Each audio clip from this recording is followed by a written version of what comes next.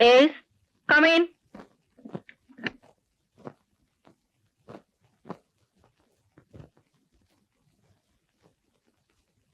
नमस्ते जी। नमस्ते, आइए।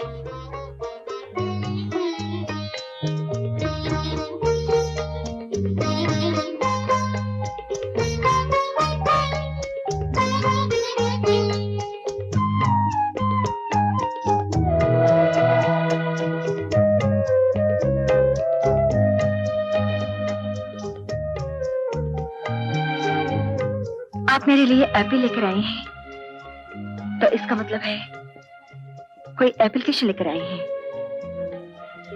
और ये हार भी मेरे लिए लाए हैं, तो साफ जाहिर है किसी घर से आए हैं। आप गलत सोच रही हैं मैडम। दुनिया का उसूल है कि बच्चों से या बड़े लोगों से मिलने जाओ तो फल या मिठाई साथ लेकर जाना चाहिए, ताकि बातों की शुरुआत मिठास से हो।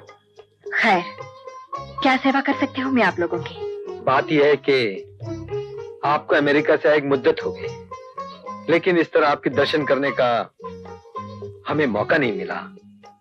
बड़ी खुशी की बात है कि आज आपसे मुलाकात करने का मौका नसीब हुआ, लेकिन दुख सिर्फ एक ही बात का है कि इस पहली मुलाकात के मौके पर ही हमें तकलीफों और दुखों के राग अलाप में पड़ रहे हैं। कहिए, क्या बात है? जी हम कई बार आपके मैनेजर साहब के पास गए, हमारे पुराने बोनस की मांग करने, जो अब तक बाकी है, लेकिन उन्होंने इस सिलसिले में न कोई कदम उठाया, न कोई तसल्ली बख्श जवाब दिया। अब हम आपके पास ये निवेदन लेकर आए हैं कि आप हमारा बोनस दिलवा दीजिए।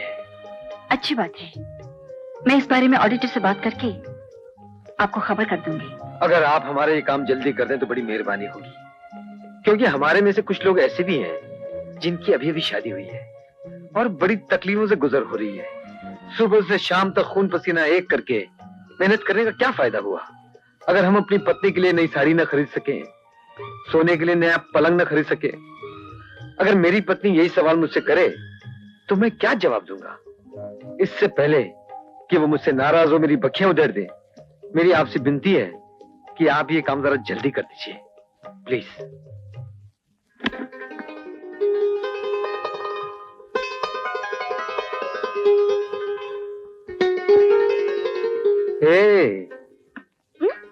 ये क्या बंदर की तरह चपर चपर खा रही हो? राम को दिया हुआ ये फल हनुमान स्टार खाया करता था, और राम उसमें से आधा फल इस तरह छीन के खाया करता था। क्यों?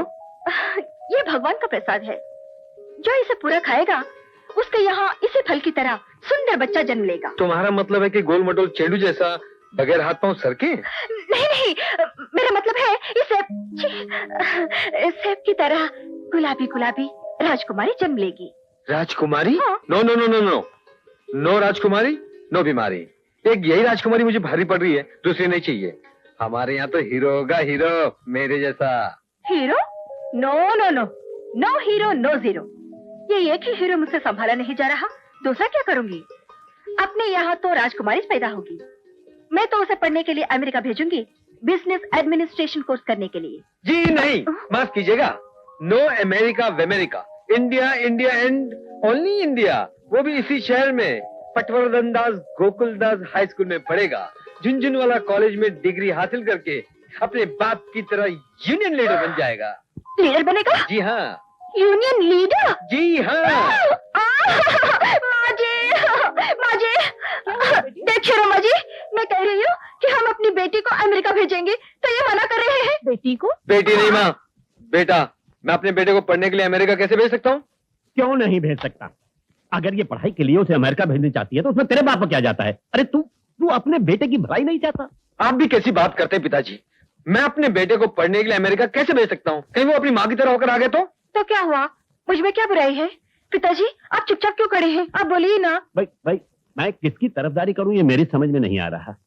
ऐसा करो, वो बच्चा मुझे दे दो, मैं उसे ऊटी ले जाता हूँ और कॉन्वेंट में भर्ती करा दूंगा, और फिर मैं भी उसी स्कूल में भर्ती हो जाऊंगा। ऊटी मत भेजना, मैं बहुत ठंड है, 20 आदमी मर गए, बारिश से बच्चा ठंडी में क्या पड़ेगा? अरे लेकिन मैं उसे अपनी तरह का पुलिस ऑफिसर बनाना चाहता हूँ। अरे ठहरो, बड़े आए पुलिस अफसर बनाने वाले, एक अफसर नहीं संभाला जा रहा, उस पर पोते को पुलिस अफसर बनाएंगे। हाँ हाँ जरूर बनाऊंगा, देखता हूँ मुझे कौन रोकता है। मैं भी देखती हूँ तुम कैसे बनाते हो। अरे मैं उसे बनाऊंगा। उसे हाथ लगा के तो देखना। हाथ लगाऊंगा। तुमने उसे हाथ लगाया तो बहुत बुरा होगा, कह देती हूँ। अरे हाँ। मुझे किसी ने रोका तो मुझसे बुरा कोई नहीं होगा। अरे रुको भाई, बच्चा कहाँ है, उसे बुला लो, उसकी क्या इच्छा है पूछ लेते हैं उससे, वो क्या बनना चाहता है, बात खत्म। ठीक है, बच्चे को बुलाते हैं, बुलाओ उसे। बच्चे को। बच्चा? बच्चा बच्चा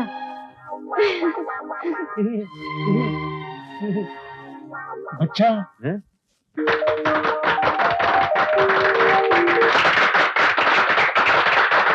हमें उम्मीद है कि सीता देवी के छत्र छाया में हमारा ये चैम्बर दिन दूनी रात चौगनी तरक्की करेगा। आओ बेटी आओ, कॉन्ग्रेचुलेशन कॉन्ग्रेचुलेशन, तुम चैम्बर ऑफ कॉमर्स की प्रेसिडेंट बन गई हो। जीती रहो बेटी, I am really proud of you. Thank you पिताजी। और मेरे सम्मान में वो लोग एक पार्टी दे रहे हैं, वहाँ आपको जरूर आना होगा। हाँ मैं तो आऊंगा ही, क्योंकि वहाँ का बंदोबस्त तो मैं ही करूंगा। नहीं नहीं, बंदोबस्त के लिए नहीं, पार्टी में हिस्सा लेने के लिए। हाँ, और हाँ, आप अकेले नहीं, माँ जी को भी साथ लेके आइए। माँ जी, लेकिन मेरी माँ को स्वर्गवास हुए तो। अच्छा तुम जानता की बात कर रही हो। हाँ उसे तो जरूर लाऊंगा। तुम कौन होते हो मुझे ले जाने वाले? मैं खुद जाऊंगी। क्यों? हाँ तो जाओ, अभी चली जाओ। तुमने मेरे माता पिता को तो दावत दे दी, मुझे दावत नहीं दोगी? तुम्हें क्या दावत की जरूरत है? अरे भाई, उस पार्टी में सिर्फ बड़ी हस्ती वालों को बुलाया गया है, और हमारी हस्ती उन लोगों की नजर में बहुत सस्ती है। सस्ती हस्ती वालों को बड़ी हस्ती वाले शायद ना बुलाना चाहें। उन बड़ी हस्ती वालों की प्रेसिडेंट मैं हूँ, और इस प्रेसिडेंट की हस्ती तुम हो। इसीलिए फिजूल के बहस जबरदस्ती मत करो और चुपचाप चलो। Sita Devi, chamber of commerce ने ये पार्टी आपके सम्मान में दी थी, लेकिन आपने अपने इस मजदूर पति को यहाँ लाकर हम लोगों का अपमान किया है, जलील किया है। आपका बहुत बहुत शुक्रिया।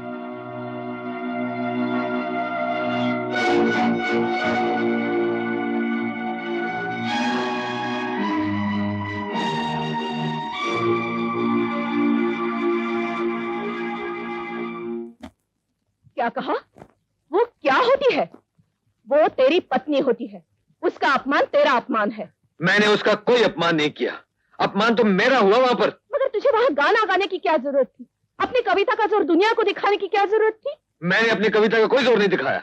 उन लड़कियों ने गाना शुरू किया दौलत वालों को खुश करने के लिए, गरीबों और मजदूरों का मजाक उड़ाने के लिए। तो मैंने। ठीक है, उन्होंने गाना शुरू किया, तो क्या ये जरूरी था कि तू भी वहाँ जुगलबंदी शुरू कर देता?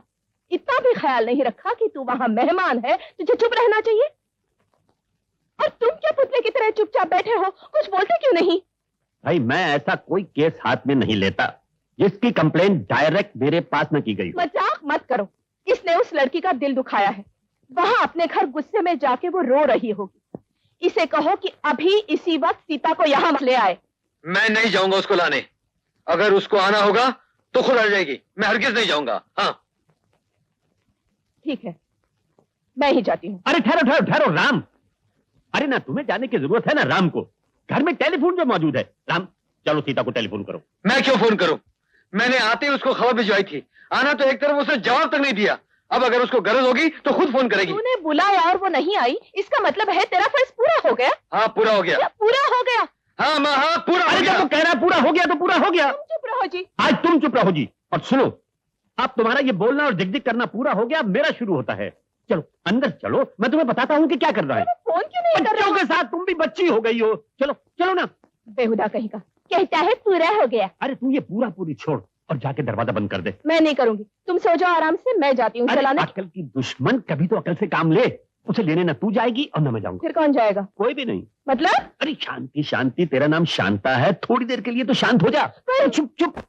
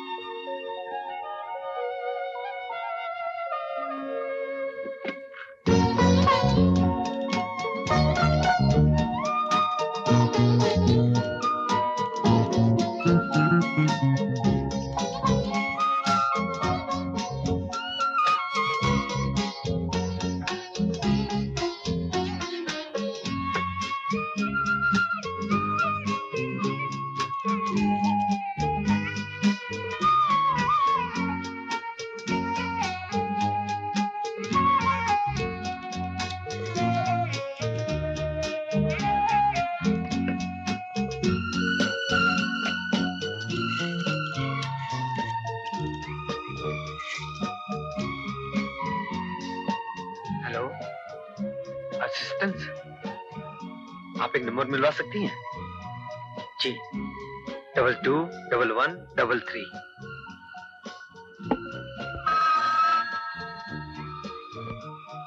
हेलो, मैं बोल रही हूँ। अब तक घर में किसी ने खाना नहीं खाया। मैंने भी नहीं खाया। मैं लेने आ रहा हूँ। नहीं, मैं आती हूँ। तो फिर जल्दी आओ ना।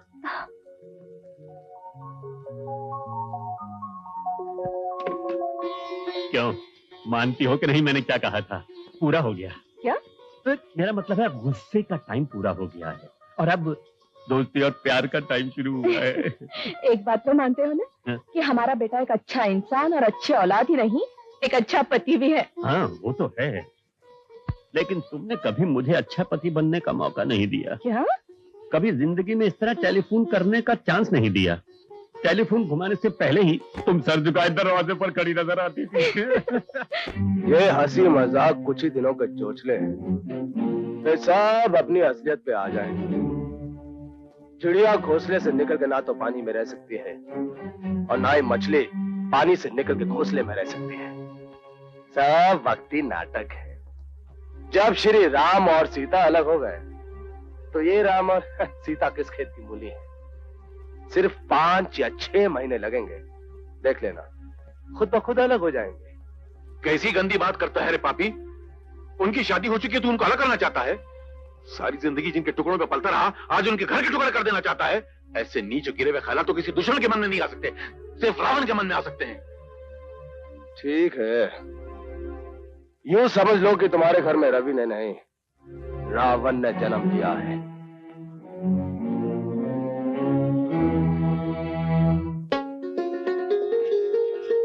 ये लो, बैंगन लायो, बैंगन। फटाफट बैंगन का भरता बना दो। आज भरता खाने को बड़ा दिल कर रहा है। ये तो सड़े हुए बैंगन है। हाँ? और देखो, लो। अब क्या करता, बैंगन चुनकर लाने लगा तो भाजी वाली बोली, ए बबुआ, चुनकर लाइयो तो 5 रुपए किलो पड़े। अब 5 रुपए तो अपने बस की बात है नहीं, मजबूरन ये उठा लाया। अगर तुम हर रोज ऐसी तरकारी खाओगे तो तुम्हें ताकत कहाँ से आएगी? क्या करूं मैडम, महंगाई की गरमाई है। आज सुबह बैंगन लेकर गया तो कहने लगी, बैंगन में बहुत गर्मी होती है, रोज रोज खाऊंगी तो तबीयत खराब हो जाएगी। ऊपर से आधे बैंगनों में कीड़े लगे हुए थे। तुम्हारी पत्नी कोई आसमान से उतरी है क्या? कीड़े लगे हुए बैंगन साफ करके नहीं खा सकती? नहीं नहीं मैडम, वो बेचारी तो खा लेती है, लेकिन वो भी तो आखिर इंसान है। उसका भी तो दिल करता है अच्छे अच्छे खाने खाने को, और मैं रोज बैंगन लटकाए चला जाता हूँ। जब से मैंने शादी की है, एक दिन भी उसको मुर्गी लाकर नहीं खिला सका। अब मैं क्या करूं? मुर्गी आती है 30 रुपए की, वो भी इंग्लिश, बिना मजे की। देसी लूं तो और भी महंगी। अब जब तक आप बोनस नहीं देंगी या पगार नहीं बढ़ाएंगी, मैं मुर्गी तो क्या कौवा भी नहीं खरीद सकता। मतलब तुम चाहते हो कि मुर्गी खरीदने के लिए मैं तुम्हारी पगार बढ़ा दूं? ठीक है, इस महीने से तुम्हारी पगार 200 रुपया बढ़ा देती हूँ। Thank you madam, thank you very very much. नहीं, तुम सबके पगार नहीं बढ़ाए, सिर्फ तुम्हारे लीडर के बढ़ाई है। ये कैसे हो सकता है? क्या लीडर ही सिर्फ इंसान है, बाकी इंसान नहीं है? क्या इनके बीवी बच्चे नहीं है? क्या इनको भूख नहीं लगती? सब इंसान हैं, सबको भूख लगती है, लेकिन लीडर की जिम्मेदारी दूसरे इंसानों से ज्यादा होती है। नहीं नहीं, ये नहीं हो सकता। आप दूसरों को छोड़ मुझे अकेले की पगार बढ़ाएंगी, ये कैसे हो सकता है? तुम्हें प्रमोशन दी जा रही है। इस फैक्ट्री में मुझसे ज्यादा सीनियर और बुजुर्ग लोग हैं। प्रमोशन का पहला हक उनका है, मेरा नहीं। चलो तो सारे कामों को साथ लेकर चलो, अकेले नहीं। सॉरी, मुझे नहीं चाहिए प्रमोशन। Thank you. आज की इस मीटिंग बुलाने का मेरा मकसद था कि मालिक और मजदूर के संबंध पर रोशनी डाली जाए। मुझे ऐसा लग रहा है कि मालिक और मजदूर के बीच दोस्ताना माहौल पैदा होने के बजाय खींचाव पैदा हो रहा है। आप सही फरमा रही हैं। ये फासला मजदूर खुद बढ़ा रहे हैं। उन्हें हमारी मुश्किलों और समस्याओं की कोई परवाह नहीं। मजदूरों को हमसे कोई हमदर्दी नहीं, उन्हें सिर्फ पैसा चाहिए। आप बिल्कुल सही कह रही हैं, मगर कभी आपने उनकी समस्याओं पर गौर किया है? उनको 2 वक्त की रोटी भी नसीब नहीं होती। मुझे यही डर था कि एक दिन कहीं बहकावे में आकर तुम्हारे ख्यालात न बदल जाए, और वही हुआ। और उसका कारण है तुम्हारे पति। कहीं भूल कर भी तुमने मजदूरों को बोनस दे दिया तो मजबूरन हम सब लोगों को बोनस देना पड़ेगा, जो हम सब लोगों के लिए नुकसान की बात हो।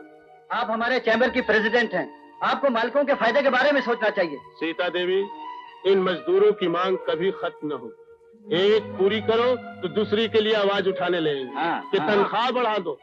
तनख्वाह बढ़ा दी तो कहेंगे महंगाई भत्ता दो, बोनस दो, घर का किराया दो। अब क्या क्या दे? सीता देवी, मजदूर भूखा शेर है और बोनस हमारा खून है। अगर एक बार ये खून उनके मुंह को लग गया तो ये भूखा शेर हम लोगों को चीड़ फाड़ कर खा जाए।